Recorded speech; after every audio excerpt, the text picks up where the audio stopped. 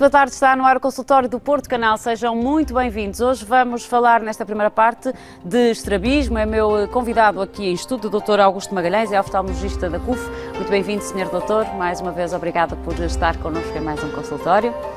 Vamos então, nesta primeira parte, falar e perceber o que é o estrabismo, de que forma é que vivem as pessoas estrábicas e também que formas de tratamento temos então para oferecer a estes pacientes. Na segunda parte vai poder tirar dúvidas, como é habitual aqui no consultório, logo após o intervalo. Mudamos a especialidade. Na segunda parte é otorrinolaringologia. Não se esqueça então que se inscrever para a segunda parte, as questões devem ser dentro desta especialidade, da otorrinolaringologia, com uma particularidade. Vou receber nessa segunda parte o Dr. Anselmo Pinto, que é especialista no sono. Por isso, também, se tiver alguma questão mais específica relacionada com perturbações do sono, não deve, então, perder esta oportunidade. Otorrinolaringologia, então, para a segunda parte do nosso programa. As linhas estão, desde já, abertas. Convido, então, a inscrever-se através do 229538525 ou através do nosso e-mail consultório@portocanal.pt. Se não apontou, os contactos estão no nosso rodapé para que a qualquer momento possa então entrar em contacto com o nosso programa, inscrever-se e participar, tudo em direto. Para já, vamos falar de estrabismo, que com certeza também interessa a muitos telespectadores. Senhor Doutor, obviamente que vamos começar pela básica pergunta do que é isto do estrabismo, não é? Antes de mais, boa tarde. Se eu tivesse que definir estrabismo, definia numa frase só: todo e qualquer desalinhamento dos eixos visuais. Ou seja, o que é normal é que as pessoas tenham os eixos visuais alinhados e por qualquer motivo, em alguns doentes, há um dos olhos que entorta. Pode entortar para um lado, ou para o outro, ou para cima, ou para baixo, mas qualquer desalinhamento dos eixos visuais define-se como estrabismo. Portanto, isso quer dizer que a grande maioria das pessoas tem esses eixos direitos, digamos assim? Tem que ter, porque se não tiver, a função visual não funciona na sua plenitude. Portanto, não é aquela questão estética que achamos, quando olhamos para uma pessoa que tem um olho torto... Também é uma questão estética, mas fundamentalmente vai ter impacto, é obviamente. uma questão funcional. Exatamente.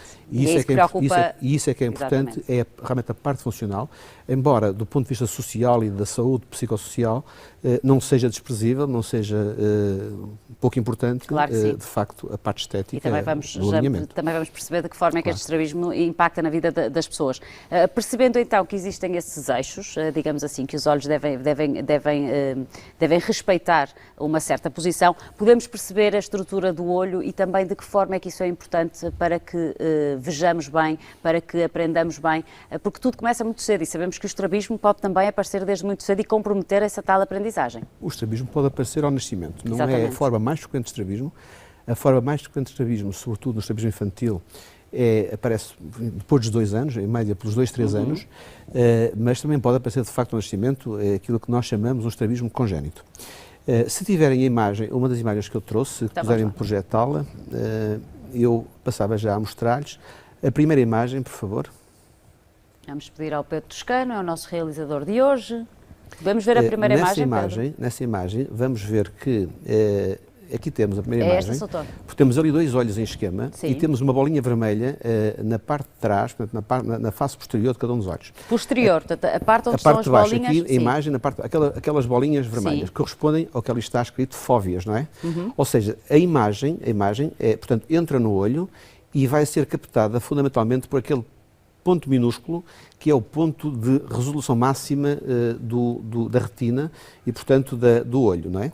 O que nós vemos ali é que quando um dos olhos entorta, aqui o olho que está do lado direito está entortado no sentido para dentro, portanto, no sentido nasal do nariz, não é?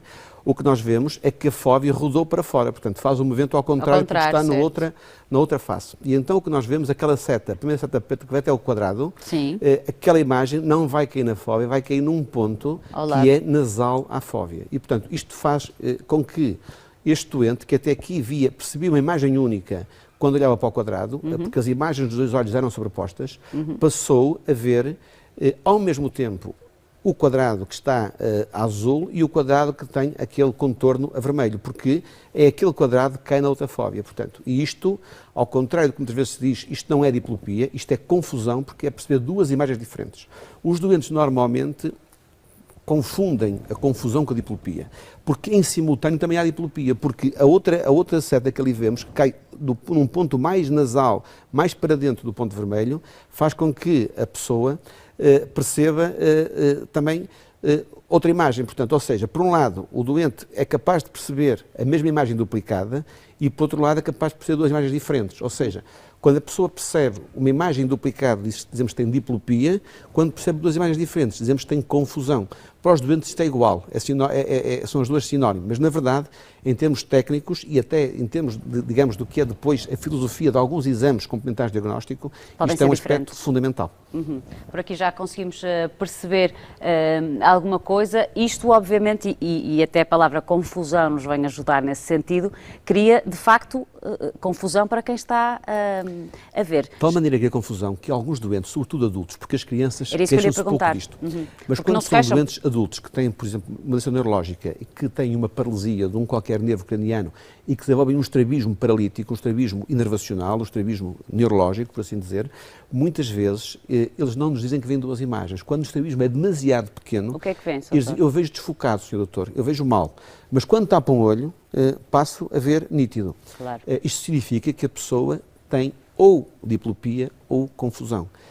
E isto, digamos, é muito importante, porque muitas vezes, se não estivermos preparados para isto e se não soubermos isto, vamos tentar resolver o problema, porque nós quando fazemos uma refração ou quando fazemos um tratamento óptico, Sim. fazemos sempre com um olho cada vez. Certo. E obviamente, quando tapamos um olho a coisa corre bem, mas quando a gente vê com os dois, a coisa volta a correr mal. E, portanto, é fundamental que se perceba isto e que se saiba... Por aquilo que o Sr. nos está a dizer, conseguimos perceber que as causas do estrabismo são diferentes nas crianças, nos adultos? São muito variáveis conforme a idade de aparecimento e conforme a demografia, conforme as populações. Vamos começar aqui pela nossa população, que é uma população europeia, ocidental, que é isso que nos interessa fundamentalmente. A causa mais frequente de estrabismo é o estrabismo refrativo. É o que aparece fundamentalmente entre os 2 e os 5 anos. 80% desses estrabismos, portanto, estão a ver que a esmagadora maioria, aparecem só porque a criança tem um erro refrativo que se chama hipermetropia. Certo. E que não dá qualquer sintoma nem qualquer sinal nessa idade. E muitas vezes o primeiro sinal de uma hipermetropia não compensada, não corrigida, é o olho que entorta fundamentalmente para dentro, portanto, para o lado do nariz. E isso é muito importante porque essa causa de estrabismo é a mais frequente e é a mais prevenível. Era o que eu lhe ia perguntar. É a mais prevenível porque não devíamos deixar chegar aqui, certo? Exatamente. Se tivéssemos detectado atempadamente... É por isso que é fundamental o rastreio aos 2 anos de idade, porque é justamente nessa idade que a frequência, que a prevalência do estrabismo convergente refrativo aumenta muito. E, portanto, se nós conseguirmos diagnosticar uma hipermetropia numa criança com 2 anos, antes que o estrabismo se instale, essa criança nunca vai ter estrabismo. Portanto, nunca vai chegar nunca vai ter estrabismo porque nós vamos compensar o fator que desencadeia o estrabismo antes que ele... E como é que vamos fazer isso, Sr. Doutor? Rastreando as crianças nessa idade, que é uma coisa que felizmente começa a ter alguma repercussão no poder político e em quem decide. Não sei se tem conhecimento, neste momento já se está a fazer um rastreio no Porto, é um rastreio piloto, que é de responsabilidade do Ministério da Saúde.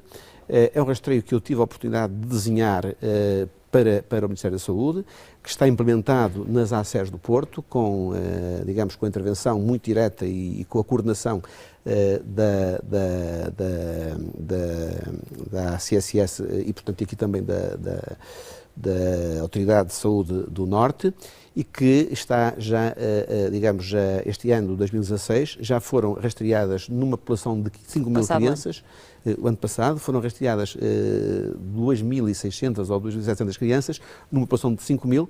Infelizmente, ainda há muita criança que falta ao rastreio, mesmo sendo chamada de questão de saúde. Mas já foi um passo importante. Mas isto é um passo importantíssimo e, portanto, vamos agora alargar para mais ACERs, vamos também envolver mais hospitais nisto, porque as crianças depois, quando são rastreadas positivamente, têm que ter o encaminhamento para o Serviço Nacional de Saúde e, portanto, é um caminho que se está a fazer mas que pode mudar a história e que é fundamental. Pode mudar a história do estrabismo? Pode, claramente. Completamente. Pode, claramente. Diagnosticado nesta altura por este rastreio, caso se perceba que existe uma hipermetropia, o que é que se pode fazer com estas crianças para corrigir? Falamos de óculos, do uso de óculos. O melhor tratamento é o óculos. Aos 2 anos não faz muito sentido pensar noutra solução, porque os óculos corrigem praticamente 100% desses casos. Quando estamos a falar de estrabismos acomodativos, como disse, que são os mais frequentes. Os congénitos, aqueles que aparecem nos primeiros 6 meses... Vamos falar de uma segunda causa. Os congénitos que aparecem nos primeiros 6 meses de vida são digamos, têm uma causa que não é conhecida. Há inúmeras teorias sobre isto, mas de facto, quando isso acontece, isso significa que não há de facto uma causa que seja confortável para quem fala disto e, portanto, não é de facto uma causa, enfim, completamente esclarecida. É facilmente diagnosticada pelo pediatra? O pediatra vê e qualquer pessoa vê, porque normalmente são estrabismos de grande ângulo. Ou seja, são estrabismos que são completamente perceptíveis. Os pais conseguem ter essa percepção. Temos imagens, mas são estrabismos que se desenvolvem e que vão evoluindo ao longo do tempo. Numa primeira fase, são meramente horizontais, portanto, o olho só entorta no sentido horizontal, mas muitas vezes numa segunda fase desenvolvem também alterações verticais com aquilo que nós chamamos hiperação dos músculos oblíquos, ou seja, quando a criança olha para o lado do nariz, o olho que encosta ao nariz faz um movimento ascendente, um e outro, o que dá depois também um desvio vertical que é dissociado. O olho que entorta vai para cima, o outro vem para baixo, e, portanto, o olho que entorta vai sempre para cima. Portanto, será não temos, este não é. Esta imagem é para mostrar uma coisa que é muito comum na nossa clínica, que é o pseudoestrabismo, porque é muito vulgar trazermos as crianças por suspeita de estrabismo, e o que vemos, de facto, é que em algumas posições, se puder mostrar a próxima imagem... Olha, sou-lhe sincero, eu nem conseguiria perceber que aquela criança era estrábica. Esta não é estrábica, esta aqui não é estrábica, embora pareça estrábica, isto é o protótipo da criança que nos trazem pelo suspeito de estrabismo. Porque os pais suspeitam, não é? Os pais suspeitam, às vezes os familiares, até às vezes os pediatras ou os médicos de família. Se vir o olho esquerdo, portanto, que é o que está do lado direito do ecrã, está mais encostado. Ora, o que acontece é que muitas vezes, quando a criança tem aquela base larga e aquela prega no canto interno do olho, qualquer pequeno movimento no sentido do nariz faz com que aquele espaço branco se torne exíguo. E, portanto, muitas vezes as pessoas interpretam isso como sendo um estrabismo. E não é? E não é. Se olhar bem para os reflexos daquela luz, da luz que é puxada no olho, vai verificar que a luz é simétrica no interior da pupila. A pupila é aquela parte preta, não é? Que está no centro. Branca. Exatamente. Aquela luzinha que está lá projetada, vai ver que ela está perfeitamente simétrica nas pupilas, o que significa que os olhos estão muito bem alinhados. Embora, assim à primeira vista, quem olha para lá, comparando as distâncias, ficamos com a ideia que, de facto, há ali um estrabismo convergente, que não é verdade. E a criança... Se mostrar a próxima imagem... é a próxima, ok. Este era para mostrar um estrabismo acumulativo, o tal estrabismo que lhe falei, que se trata unicamente com os óculos e que é o mais frequente. E que é o tal que é prevenível. Que é prevenível. Se reparar na imagem de cima, vê que de facto aqui o reflexo já não está centrado. O reflexo do olho direito cai no bordo lateral da pupila. Portanto, há de facto um estrabismo convergente do olho direito. Mas em baixo está Mas em baixo, quando pôs os óculos, verifica que o reflexo já ficou centrado. Ou seja, bastou pôr os óculos desta criança e os olhos ficam completamente direitos. Fantástico. Muito bem. Este aqui é um estrabismo divergente, é ao contrário. E aqui falamos de uma criança mais velha. Esta criança é mais velha, mas curiosamente há aqui uma mudança de paradigma na última década em relação a isto. Porque o que era mais comum, nós costumamos dizer que 60% dos estrabismos da infância são convergentes, e a minha experiência mostra atualmente que isto já não é bem assim. Isto é um período que está a mudar. Eu não tenho para isso uma explicação, penso que ninguém tem. A verdade é que eu vejo cada vez mais estrabismos divergentes a idades muito precoces. Antigamente, eu raramente via estrabismos divergentes antes dos 2, 3 anos de idade. Porquê é que acha que houve essa alteração? Não sei. Não sei explicar porque é que isso acontece. Também não quero especular muito sobre isso, fala-se muito, enfim, da possível importância das tecnologias, mas isso não está demonstrado e, portanto, não é bom estarmos a especular. Claro, enquanto não estiver provado. Porque isso cria, às vezes, falsas impressões nas pessoas, É e, portanto, não faz muito sentido. O que é certo é que, do ponto de vista prático, os extremismos divergentes são cada vez mais frequentes, têm sido cada vez mais frequentes, têm aumentado a sua frequência e têm aumentado, sobretudo, a precocidade no seu aparecimento.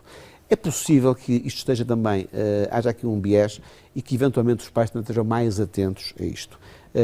E, portanto, é natural que os pais, e também a assistência médica, pediátrica e dos centros de saúde, também é hoje, enfim, de muito maior qualidade e as pessoas estão mais atentas, têm mais competência técnica e é possível que também toda essa estrutura possa trazer até ao oftalmologista pediátrico, até ao oftalmologista, essas crianças de uma fase mais precoce da sua vida. Portanto, o que é certo, em termos práticos, é que, na verdade, eu vejo agora muito mais divergentes do que via antes e vejo, sobretudo, muito mais cedo do que via antes.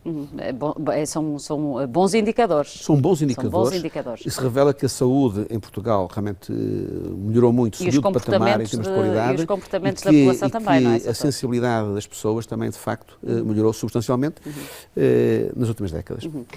Todos os estrabismos têm correção? Essa é uma pergunta difícil. Eu, como cirurgião de estrabismo, atrevo-me quase a dizer que sim. Ótimo. Mas há estrabismos que realmente são difíceis de corrigir e que são grandes desafios. Sobretudo os estrabismos paralíticos e os estrabismos restritivos. Quais são esses? Aqui entramos num campo diferente. Eu, do ponto de vista, embora nós classifiquemos genericamente os estrabismos de várias formas, a forma mais didática talvez seja classificá-los em termos do que é a direção e o sentido em que trocam os olhos, ou seja, se são horizontais, se vão para dentro ou se vão para fora, ou se são verticais, se vão para cima ou se vão para baixo, ou se são torsionais.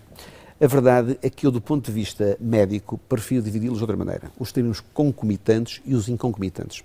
Ora, o que é isto? Os concomitantes são aqueles em que o ângulo do estrabismo é igual em todas as posições do olhar.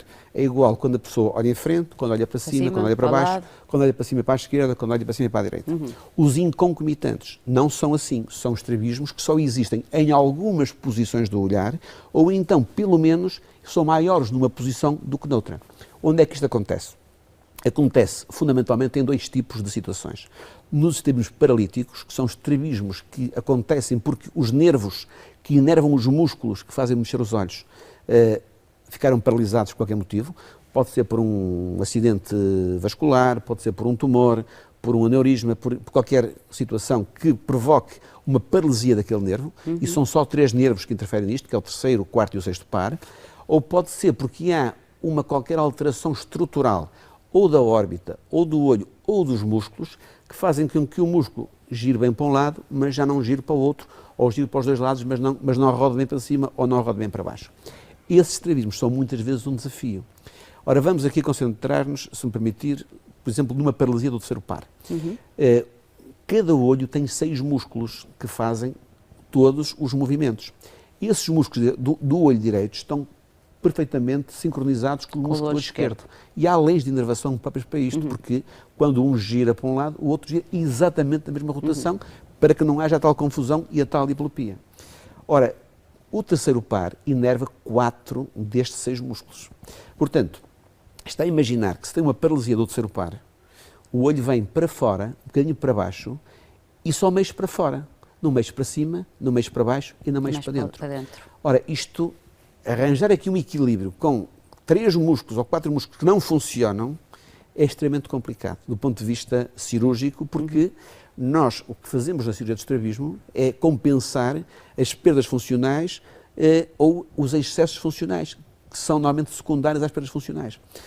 Se nós só temos um músculo a funcionar, ou 2 músculos a funcionar, e contra 4 músculos que não funcionam, temos aqui uma grande dificuldade técnica de conseguir esse tipo de equilíbrio.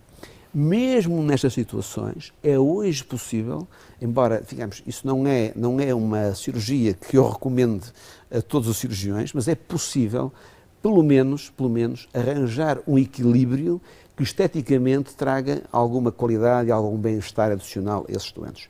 Temos que ser muito cuidadosos na forma como gerimos as expectativas desses doentes, temos que lhes explicar quais são os nossos objetivos e o que é que não são os objetivos daquela cirurgia. E se o doente aceitar, digamos, esse desafio, penso que, mesmo nesses casos complicados, desafiantes, podemos melhorá-los. Há um outro exemplo que sim, lhe senhora, posso mostrar. A nossa produtora estava-nos a dizer, talvez a última imagem, 5 minutos e que ainda tínhamos imagens para ver. Vamos lá. Talvez a última imagem. Este é um estrabismo, portanto, que o olho vai para cima, é uma hipertropia, não é? Próxima. Este é um estrabismo também muito desafiante, porque, como vê, quando olha para o lado direito, isto é o tal terceiro par, aliás, como eu estava a dizer, porque estes olhos só fazem um movimento para fora, portanto, para dentro, aquele olho, a parte de baixo não mexe, não é? Sim. E se pudéssemos ver, aqui não temos imagem, também não sobe e também não baixa, portanto, este é o tal terceiro par que lhe falei. Pode passar a próxima. Este é também um estrabismo, isto é uma paralisia do sexto par, portanto, o olho esquerdo não faz, o olho direito, melhor dizendo, não faz o movimento para fora, a parte de baixo vê-se que aquele olho devia estar a olhar para a direita e o olho fica no canto, não faz qualquer movimento. Pode passar outro. Este é um estrabismo muito curioso, que é provocado por uma doença da tiroide, pelo tiroidismo, o que dá depois fibrose dos músculos e os músculos ficam, digamos, pouco elásticos. Aquele olho esquerdo, por exemplo, não sobe porque o reto inferior, o músculo que puxou para baixo, está fibrosado e, portanto, funciona como uma carda, não se relaxa e, portanto, o olho não pode subir. Estes são estrabismos muito difíceis de corrigir, mas que, enfim, nós conseguimos corrigir com alguma paciência, com algum cuidado e com alguma ciência conseguimos também corrigir. Pode passar a próxima, se faz favor. E este aqui, este é o tal que eu lhe falava, que é muito desafiante. Isto é provocado por uma miopia muito elevada, são globos oculares que, em lugar de terem 22 ou 23 milímetros de comprimento, têm sempre acima de 30 milímetros de comprimento. E o que acontece é que depois o mecanismo ou as estruturas de suspensão do olho, na parte de fora e de cima, atrofiam. E, portanto, o olho, a parte de trás do olho, que é, digamos, mais alongada nesses saltos miúpes, fica encarcerada entre os músculos e, portanto, fica refém dos seus próprios músculos. E, portanto, o olho fica ali fixo, em baixo e junto ao nariz. Certo, e não faz nem movimento para fora, nem movimento para cima. Está preso. Se me puder mostrar a próxima imagem... Doutor, mas em baixo vemos sempre a correção. Em baixo, ali era a correção. Aqui que subiu, depois de uma cirurgia... De uma cirurgia de estrabismo. Certo. Esta imagem, do lado direito, tem um esquema, um desenho feito por um oftalmologista, por um colega meu, que habitualmente me ajuda nestas coisas, me faz esses esquemas, porque desenha muito bem, e o que vemos é o músculo de cima, que puxa o olho para cima, Sim. e o músculo que puxa o olho para fora, estão ali suturados atrás da sua inserção. Sim. E isso o que é que faz? Reduz o espaço onde o olho está encarcerado e faz com que o olho venha para o centro e passe a fazer os movimentos para fora e para cima. Portanto, isto é uma técnica relativamente nova, que se faz há menos de uma década, e é também uma técnica que não se recomenda a todos os cirurgiões oftalmológicos, exige alguma experiência, exige algum conhecimento disto, exige algum estudo prévio antes de tomar esta decisão e de avançar para este tipo de técnica cirúrgica. Senhor Doutor, ainda haveria muito para falarmos, infelizmente o tempo é pouco. Vou seguir-me para o oráculo que ali temos. Diz-nos que, se não for tratado, o estrabismo pode causar perda irreversível da visão. Até que ponto é que isto é verdade e até que ponto é que isto pode de facto acontecer? É verdade. O estrabismo em conjunto com a diferença de refrativo entre um olho e outro, estas duas causas representam 99% dos casos de má visão, pelo menos monocular, o que nós chamamos ambliopia. Voltamos outra vez à necessidade do rastreio, porque quer uma, quer outra, são de facto rastreáveis muito precocemente. O que acontece é que, num adulto, quando o olho desvia, nos tais estrabismos paralíticos ou nos restritivos, nos tais inconcomitantes que lhe falei globalmente, Sim. quando o olho entorta, a pessoa percebe duas imagens, como disse, ou então percebe a mesma imagem em posições diferentes do espaço. Portanto, diplopia ou confusão, mais uma vez. Numa criança, a criança percebe diplopia numa primeira fase, mas depois consegue arranjar uma adaptação sensorial ao nível cerebral de esquecer a segunda imagem, a imagem do olho que entorta. Dessa forma, a criança tem uma visão mais confortável, porque é muito desconfortável, é muito impeditivo, digamos, de uma vida normal, andar a ver uma segunda imagem. Portanto, a criança o que faz é adaptar sensorialmente, em termos cerebrais, para suprimir a segunda imagem. Ora, o que acontece é que o olho que passa a ver bem é um olho muito cruel, que não só o outro não se envolve porque não é utilizado, mas ainda recebe impulsos inibitórios, recebe, por assim dizer, um sequestro funcional do olho bom. E, portanto, esse olho deixa de ser utilizado. deixa de ser utilizado e, portanto, não se desenvolve ao longo do tempo, não faz o seu desenvolvimento visual e, em termos cerebrais, depois, mais tarde, nunca mais é possível recuperar a visão deste olho que se perde. Muito bem, muito obrigada, Dr. Augusto Magalhães, pelas suas explicações, por ter estado connosco nesta primeira parte. Até uma próxima. Foi um prazer, muito obrigado, que agradeço. Obrigada. E sempre disponível. Muito obrigada. Vamos então fechar esta primeira parte, hoje dedicada. Não se levante, doutor, senão vai passar à frente da minha câmara. Eu tenho que me despedir para ali. Obrigada, doutor. Deixe estar aí sentadinho que já vamos tirar. Vamos então para um curto intervalo. Daqui a pouco vou receber o doutor Anselmo Pinto, que de resto também já está aqui dentro do estúdio, prontinho para se sentar aqui comigo no sofá e responder às suas questões. Como lhe disse, o doutor Anselmo é otorrinolaringologista, é especialista no sono e por isso mesmo conto com as suas questões. Já daqui a pouco, após este curto intervalo. Até já.